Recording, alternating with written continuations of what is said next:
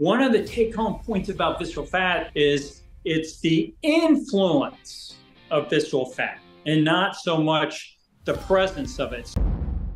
Dr. Sean O'Mara. Dr. Sean O'Mara. Dr. Sean O'Mara. If you were to open somebody up and surgically remove all of their visceral fat, you would see and then close them up, you would see no demonstrable difference in them immediately from doing that.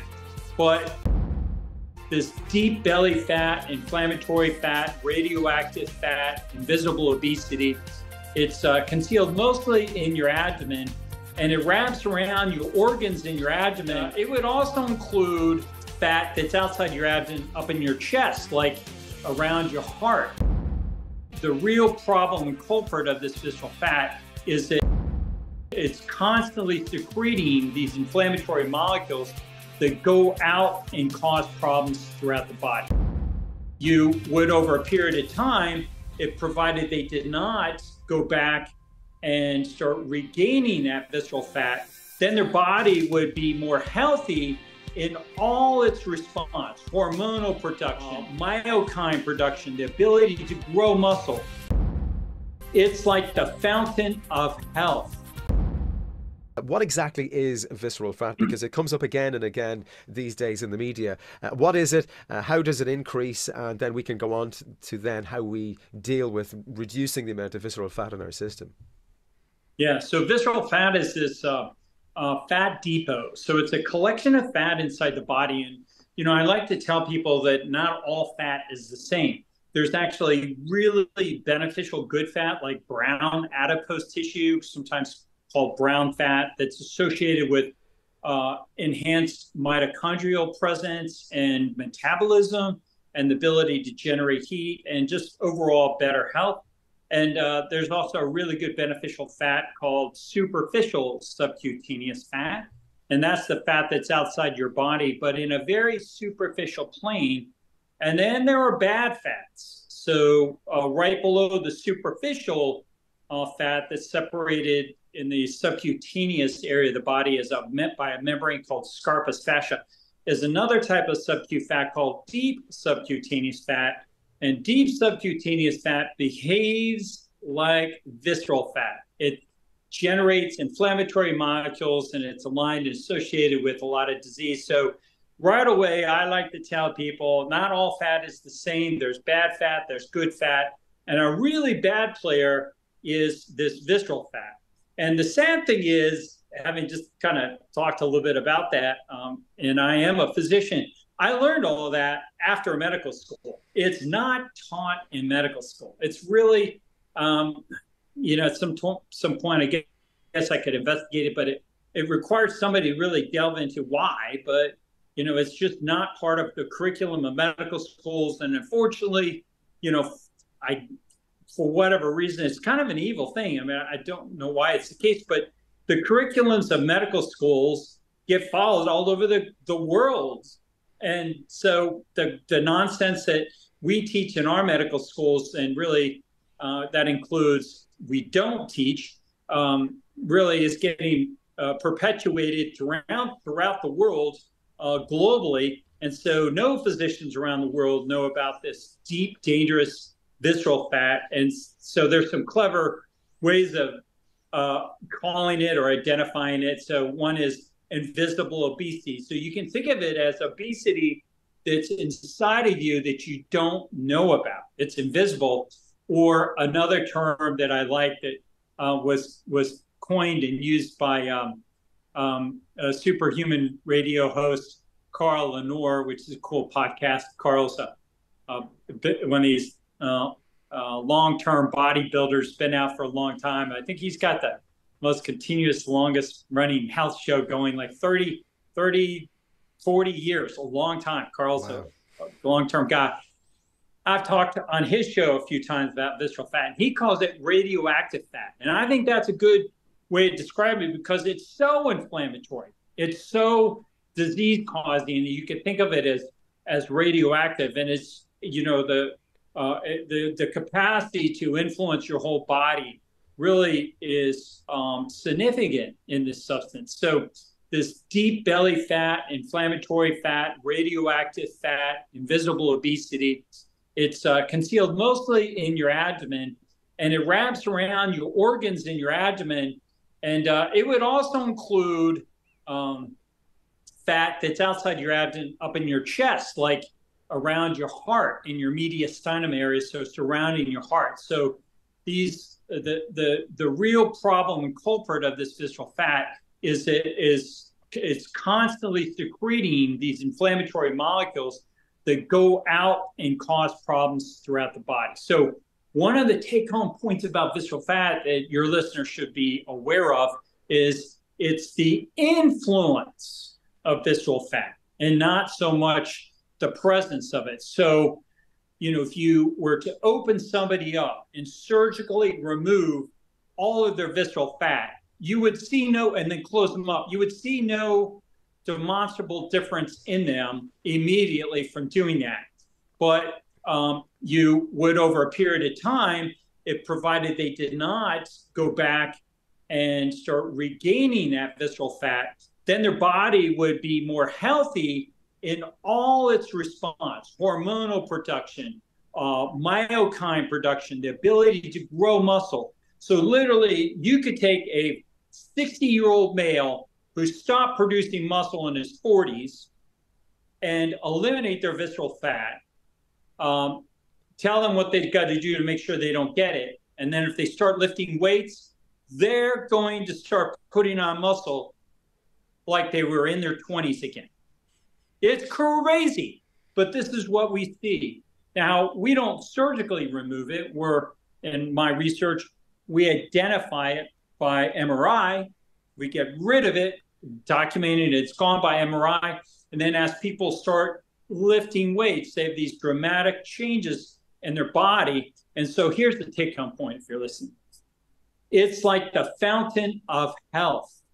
Not so much the fountain of youth, but it restores your healthy condition when you were younger. Young people are without the presence of disease. They have health. Old people are just usually manifestations of people with disease. So I tell young people, you want to see what disease looks like, what you will look like when you're diseased, look at your parents. And I tell parents, do you want to see what you would look like if you got rid of visceral fat? Look at your kids. And so, it's a big, that's a big introduction, but maybe a good way of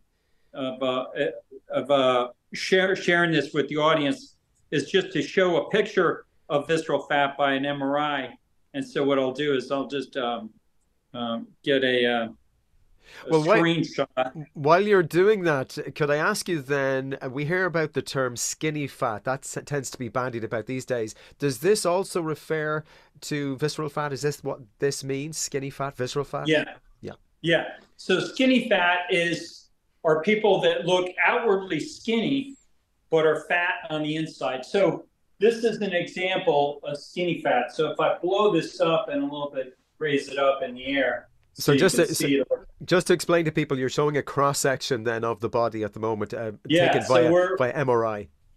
Yeah. So maybe before I blow it up, I'll stand here so you can see this graphic. Here's a figure. I'm pointing to a figure of a man standing up, and then there's a plane, representing where this image is being taken, which is a slice, a cross section in the transverse axial plane of this human standing up. And basically, it really represents somebody laying down as though they're lying on a stretcher going through an MRI machine. So you lay on your back in an MRI machine, looking up, and the image is captured in this transverse plane. And then the image, if I blow it up and move it into the camera view a little bit better, looks a little too much. Can you still see that? Oh, absolutely. Yeah. So all this white in the middle, this is the belly button. These are the muscles in the back. If I raise it up a little bit, these are the muscles in the back of the patient going through the MRI scanner. And this is their six-pack belly button. And on an MRI, fat shows up as white. So the white stuff in the middle is the visceral fat we're talking about. The dark stuff are muscles or organs. So your colon, your small intestines, your pancreas, liver, things like that would show up as dark structures. Well, white is important to see, so you see that in type of fat, but the bad player is visceral fat, but you also get fat deposited in muscles. So these are the muscles, intercostal muscles, the abdominis rectus, six-pack, and then muscles in the back. Those get infiltrated and basically almost infected with this inflammatory fat too, called myosteatosis. So the other term for this is human marbling. So if you're familiar with a marbleized steak, human muscle can be marbleized in a similar manner that cows get marbleized in their steak, only they're marbleized purposefully for profit. But now that I come to think about it, so are humans. Humans are purposefully allowed to become marbleized without any doctor catching this. I mean, literally, you get this fat infiltrating the muscles, and it's completely ignored by radiologists, surgeons, family practice doctors. They're not aware of it because they're not taught about it. And then just like those cows are diseased and they only live 3 to 4 years because of all those carbohydrates, humans could live a lot longer, and they would have way better quality of life. So you basically want to be a human that's not filled with all these inflammatory fats. So that's why I'm really excited about the MRI, because it allows us to see that. But not everybody can afford an MRI. So I pay attention to other proxies, other measurements that are aligned and associated with elevated amounts of visceral fat. So a few of those are like spider veins on the skin, and then nail beds, turning dusky, they're no longer pink. They start, the fingernails, toenails start turning yellow, and then, visible pulses. As you get rid of visceral fat, people start getting the advent of visible pulses. So you can start seeing arteries pulse, visibly just staining up. My clients see now their arteries starting to open up and pulse as you get rid of this inflammatory fat. And it's because there's muscle in arteries called smooth muscle. And the fat that goes into the muscle that you see on an MRI also goes into the muscles that are in these arteries, veins, and capillaries. So if you get rid of that, the blood flows better. Blood flows better, you get visible pulses, people become more intelligent, they make less mistakes, they become more articulate, they become more attractive. And if you got erectile dysfunction, you now get this big, powerful, strong erection. And the other sign that we're noticing, and this is how I know this is a real deal, is 60-year-old guys and 70-year-old guys are starting to get the bounce back. And when you were a teenager, your erection bounced from the influence of every heartbeat coursing through that erection that basically says, I am a biological bad ass. And so you want to have that bounce going on.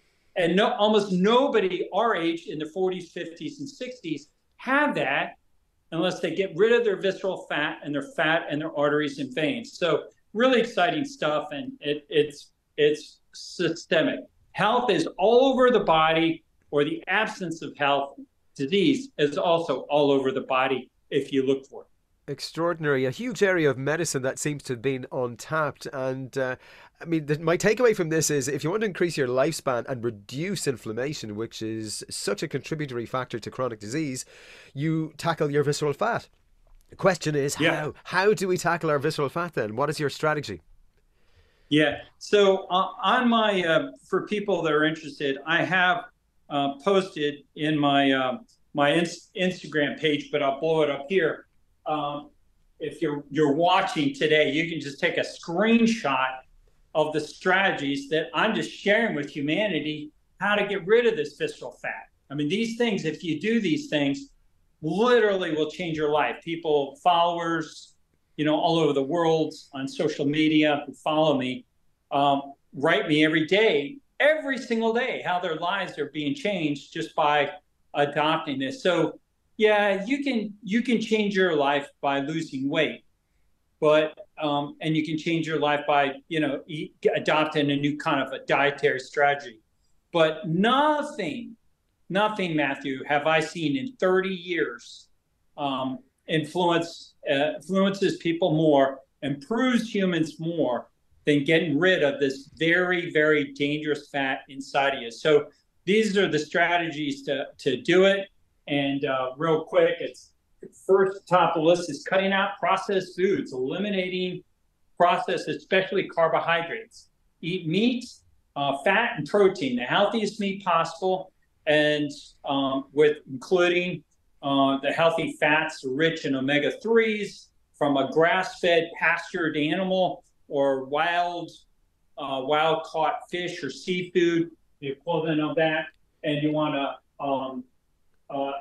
add to it fermented vegetables. Fermented vegetables is because if you're listening today, your entire life, you've eaten dead food that's not living. But if you add in fermented foods to your diet, you have just gone to a whole new round where you're introducing living microbes that improve the quality of food. And when you consume them, they start living inside of you, improving you. And so it's an extraordinary benefit to a human being to incorporate into their diet fermented foods. So once I learned this, I got entirely different results, way better results in people in my studies, eliminating visceral fat, eliminating disease in their body by eating those ferments. And the key to this is they got to be chewed together. You can't eat meat and then have some of this fermented food on the side, because guess what happens? The meat gets chewed, it's down your stomach, and then you got some of the fermented food near it. But what you want to do is co-masticate. You want to chew these together, mix it up. It's like you make a little ninja blender in your mouth, and you combine this dead, albeit nutritious meat with living fermented foods like sauerkraut, kimchi, fermented beets, fermented carrots, and you put these microbes together and they're mixing with that meat. Now, for the first time in your life, you turn that dead meat into living meat, living food, and it goes down and starts, you set a course, a direction for the first time in your life that's beneficial and positive. Because up to that point, you've had all these pathogenic microbes in your mouth, to cause cavities, and, people's breath is horrible. And, if you ever get bit by a human being, it can really cause a bad infection from the microbes in it. And they're way more pathogenic if you do oral microbiomes on humans compared to animals in the wild, because animals in the wild just have really healthy microbiomes because they're not eating processed foods. And so, yeah, you're putting bad germs in your whole life, chewing meat and swallowing it. So stop that insanity. Put healthy meat in your mouth, chew it with ferments, and swallow it. If you're a vegan, if you're a vegetarian, you can still do this. Put vegetables in your mouth. Do not chew. Put living fermented foods into your mouth and chew them together so you mix in. I have vegans all over the world following me and using my strategies that were, really diseased, overweight, fat, inflammatory. And they turned themselves around when they started incorporating that. So cut out especially processed carbs, bread, pastas, rice, things like that. You want to get chips and nonsense. And if you're going to be vegan or vegetarian, eat more complex carbs. And then for both cases, if you're carnivore or vegan, you want to be chewing together these foods with fermented foods. I know part of your strategy includes high intensity exercise in order to increase the amount of muscle in the system, but also to reduce, is it sarcopenia? Yeah, so sarcopenia is this scourge that's affecting humanity with terrible consequences. So people are losing their muscle, and we see this on MRI. So here's a guy's a CEO of a company. He's filled with visceral fat inside. This is his belly button. That's why it's dark there. And then we rescan him just 2 months later, and all his visceral fat is just about 99% removed. He's grew muscle, and he got a six-pack. And the only thing this guy did was he stopped distance running, and he added in maximum intensity sprinting. So he stopped all his distance running. That was the only change he made in that 2-month period of time. So when we saw this, we started adding in sprinting as a strategy to biologically optimize. And I should back up and say, in our 7-year study for the National Science Foundation, we purposed to reverse chronic disease. And what we found out was that people became optimally healthy. They improved their quality of life. They didn't just eliminate a particular disease process. Every disease process that we tracked and followed was either completely eliminated or was getting better through the elimination of this visceral fat. So sprinting was one of those key things that built muscle and got rid of the bad fat. So if you look at all that deep subcutaneous fat right there, this line separates the deep subcutaneous fat from the good stuff, substantially reduced from sprinting. So this is the benefit of MRI. It allows us to get rid of bad and grow good. It preserved that superficial subcutaneous fat, which is protective against disease because instead of secreting inflammatory molecules, it secretes a molecule called adiponectin, adiponectin. And everybody should write that down, hit the pause button, rewind it, write it down, study it, jump on Google or ChatGPT, find out about adiponectin. You want more of that. Guess who doesn't want you to have big pharma? They don't want you to know about adiponectin, just like they don't want you to know about visceral fat and deep subcutaneous fat and fat around your heart. So that's why it's really cool. You listen to podcasters and social media like Matthew, you can get this content and learn about this. And I ain't selling nothing.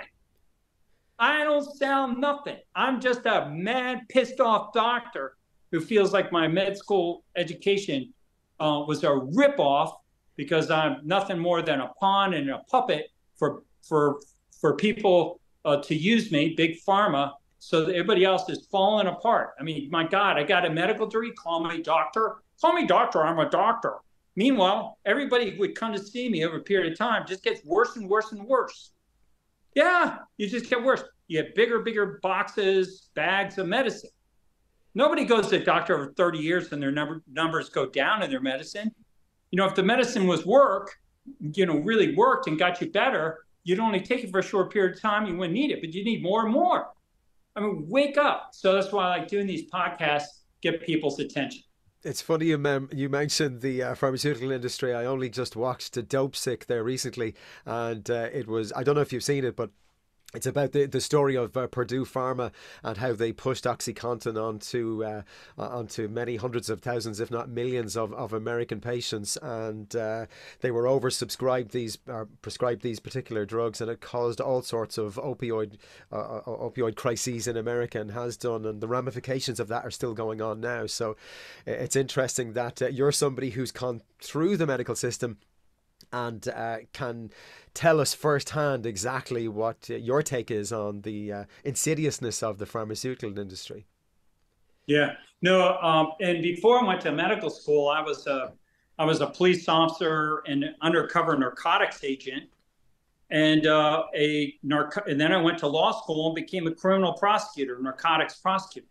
Let me tell you, we have thrown people into jails because of conditions that they contracted simply because of the pharmaceutical industry's preference for pushing these medications and lifestyles that just cause disease and addictions. I have people routinely adopting my strategies, telling me they're completely off of their opioids and substance abuse now, just by doing these strategies. So if you're a drinker, you like to drink, as you say in Ireland, and you can't stop drinking, or you can't stop taking, you're dependent upon narcotics, and all you think about is, my God, if my doctor cuts me off, I'm going to fall apart. You do my strategies and wean yourself off of this crap. You don't need nobody, throughout human existence, 99% of existence, we didn't have these medicines, and we did just fine. You don't need to be on this. You're just perpetuating chronic disease. You can mask that pain, but that disease is still there. You're falling apart. I mean, is that what you want to do? No, get rid of it and, do these strategies and change your life. Another one of your strategies relates to hormesis and stress. And then this ties in with something else that you wanted to talk about, and that was selection pressure and selection pleasure. So can we first of all talk about the value of embracing stress, or hormesis as it's known in the scientific and medical fields? Yeah, so we have too much of the wrong stress typically. We have cortisol producing stress that has a biological response. And let's say if we have a period of famine, or a period of long-term hardship, that plays a role, but it should not go on too long, because it just destroys us over a period of time. And so famines wouldn't last forever, and neither would like a battle, or kind of a big conflict, a huge forest fire, earthquake, or whatever. But today, people stick in jobs that they hate, and it's kind of like the famine that never goes away, or the forest fire that never goes away, or the tsunami that just keeps coming every single freaking day. And so you should be in a job where you're not stressed out. Do something you're passionate about. Like, I love my job, do that. And then the kind of stress you want is brief, intense stress that actually benefits you.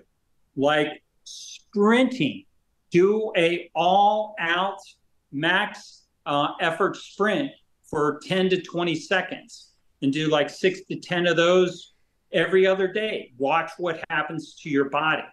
The same thing with like doing push-ups, to failure. If you can't do a single push-up, train your body to learn how to do it. Do a push-up on your knees or something if you can't do a full body push-up. And I routinely, do over 100 push-ups in 60 seconds. Jamming, making myself, for 1 minute, life sucks. Maximum intensity exercise. So it's called hormesis. A stress hormetic is something that injures you. It's an intense stressor for a short period of time, from which your body recovers and is made better from. You're better for that brief stressor. So hormesis is best summed up by the expression, I think the philosopher Nietzsche said, that which does not kill us makes us stronger. And so it's that idea, some kind of brief momentary thing. But besides like lifting weights or push-ups or pull-ups or sprinting, hormesis can be introduced positively and beneficially into the lives of a human being through practices such as a sauna, or a cold plunge into cold water, or a cold shower, or fasting, doing an intermittent fast or an extended fast, or even something, believe it or not, like sunshine has a hormetic experience. And then just other types of exercise that you can do. So these kind of brief, intense things are very beneficial. What you don't want to do is too long. So in our studies, we found people that do exercise for too long, like endurance runners or endurance cyclists, these people cycling forever, they end up accumulating and holding on to visceral fat, way more than sprinters have no visceral fat. Marathoners have huge amounts of visceral fat. The other interesting thing is when you sprint, you release a molecule called a myokine. And myokines, you should Google those, myokine. Myokines are messaging molecules that tell your body to burn fat and build muscle. So the best exercise out of 10 different forms of exercise studied, looking at these very powerful, influential molecules, right up there like adiponectin, Big Pharma doesn't want you to know about myokines either, is sprinting. So sprinting produces more myokines than any other form of exercise. Next one down was weightlifting, resistance training. Guess what was at the bottom of the list study? Jogging, running and jogging. So if you do marathons, it's like the least amount of myokines. And these myokines have this, I told you, they're messenger molecules. They tell you to burn fat and build muscle. So if you look at sprinters, they got these beautiful muscular bodies. They're fantastic shape. And then you go and look at marathoners, it's all downhill. They just start declining. The 100 meters, the best, 200-meter sprinters, not quite as much. 400 meters, got muscle, but not nearly as much as the 100-meter, men and women. And the 800-meter, even quite a bit less. The 1500-meter, they're just skinny. 1500-meter runners, they're skinny. 5,000 kilometer, 5,000 meter or 5K, 5-kilometer sprinters, they're just scrawny. And the marathoners are just emaciated. And ultra marathoners they just look diseased. And but there's this running love. People want to do all this endurance exercise. So they had more visceral fat. They had smaller muscles shrinking, and the cyclists too. Now, cyclists have big leg muscles, but while the sprinter, if they engage, like if you just did squatting, and, you squatted, you would produce this messaging molecule that would literally build your arm muscles up, even though you're using your leg muscles, because that messaging molecule builds your arm muscles up. That's why there's that expression, never skip a leg day, because that's where most of your myokines, the largest muscles, get produced in the legs and your glutes when you're squatting. So that will help build muscle all over your body. But check out a cyclist, right? They got big legs and they got little tiny scrawny arms like a grandmother. Are you freaking kidding me? Look at that arm. You look like you're 90. And it's because they don't produce those myokines. So meanwhile, you get this love affair with this chronic kind of exercise, cycling, which we never did in our existence of our species, and chronic endurance exercise. Now, I've read the book Born to Run, and I know there's this theory that we chase down animals. I think it's bull crap. We sprinted after those freaking animals. We had teams of people who would sprint freaking drive. We didn't have time to fool around with that. We sprinted after we freaking killed it. And that's what got us the healthiest. So endurance running is nothing we could see until like the Greek history with the marathon, and the guy, the messenger, went back and told the king, and then he fell over dead. So distance running is not the healthy practice that it's made out to be, but he thinks it is. You want to turn your life around, cut out carbohydrates, eat meat, eat fermented vegetables, fermented foods, and sprint, do maximum intensity exercise. So then I'll address the issue about selection pressure. So selection pressure is this principle that anthropologists are familiar with that would be a force or influence in the lives of our ancestors that helped them make the best decisions to live the best way. Why? Because if you live better, you make better decisions like about hunting and taking care of yourself, sunshine, sleep, sprinting, things like that, and food selection. You literally performed better, and your quality of life was better. So you literally caught more meat, you were more effective at hunting, and your longevity improved. So the healthier you were, the longer you lived and the better you lived. Survival of the fittest. So that was selection pressure. And so it literally is like in the past, 50,000 years ago, our ancestors walk around and see a bunch of figs and dates, and they'd be like, the hell with that.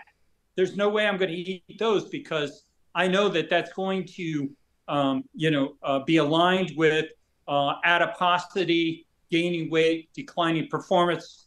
And the badass alphas of that time would grab meat, and they'd be eating meat, which is the most nutritiously dense form of food, and consuming that. or at least lower carbohydrate vegetables in the absence of meat, and not eating pleasurable type of food. So I call this distinction, the alpha hunter who is at the tip of the spear going out with his or her weapons to hunt, and then the campfire dweller, somebody back staying near the campfire. It's a little too cold for me to go out hunt today. While they're eating their figs and dates and fruit and whatever. They didn't have processed fruit back then, but they were driven by pleasure in their mouth. And so selection pressure today has been eliminated, and the influence today, I call it, the substitute in for it is, I call selection pleasure. That humans today no longer have an influence like, hey, if I'm gonna die if I don't start eating healthy, because big pharma's got all this medicine. They can put the fingers in the dikes and keep things relatively, you keep you around a long time, but you'll look like hell, you'll live like hell, you're using a walker until you're in a wheelchair, and it's just not natural. So that's because selection pleasure has kicked in, and we want to live a comfortable, pleasure-filled lifestyle. Now, if you can make this transition, you understand that I'm not saying you can't have fun and can't enjoy life. Let me tell you, there ain't a human out there, I think, that has a better life than me. That's how good my life is, because I do these hormetic experiences. I embrace what's really difficult, but for a short period of time. And yeah, I'm foregoing dates and figs, but I don't miss it. Candy and ice cream, all that crap. You have no idea, unless you climbed in my head, how much I enjoy eating a seared steak with some fermented kimchi and the experience. I feel like I have never lived until I started living in this manner. And that's how all our ancestors, a vast majority of ancestors, lived for a long period of time. Look, Dr. Sean, our time is running close now towards the end. So if people want to find out more about you, because I know you're very active in social media, where can they go? Yeah, so I'm on social media, Instagram and YouTube and X, former Twitter, and LinkedIn if you're a business woman or businessman, professional. And I'm also on TikTok, all at DrSeanomara.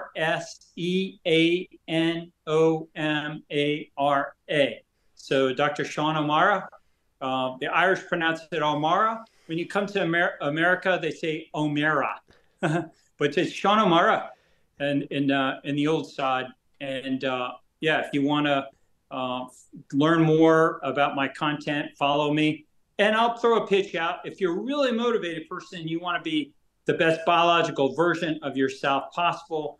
I do work one-on-one with clients, and I've also training other physicians to learn how to do this, and other specialists. Like, I don't call them coaches anymore because they're way beyond a coach. People who specialize in biological optimization and can help you specialize too through online consultations. No matter where you are, we're taking care of people all over the world. People fly into me or through online consultations to the United States with us. We're reversing disease and optimizing humans. Well, what I will do is I'll pop a link to all of those socials and websites in the show notes for this episode. It's been an illuminating discussion for sure. You're a mind of information, Dr. Sean O'Mara. For the moment, thank you so much for joining me. Really appreciate it. Yeah, absolutely, Matthew. Anytime. You have an awesome day.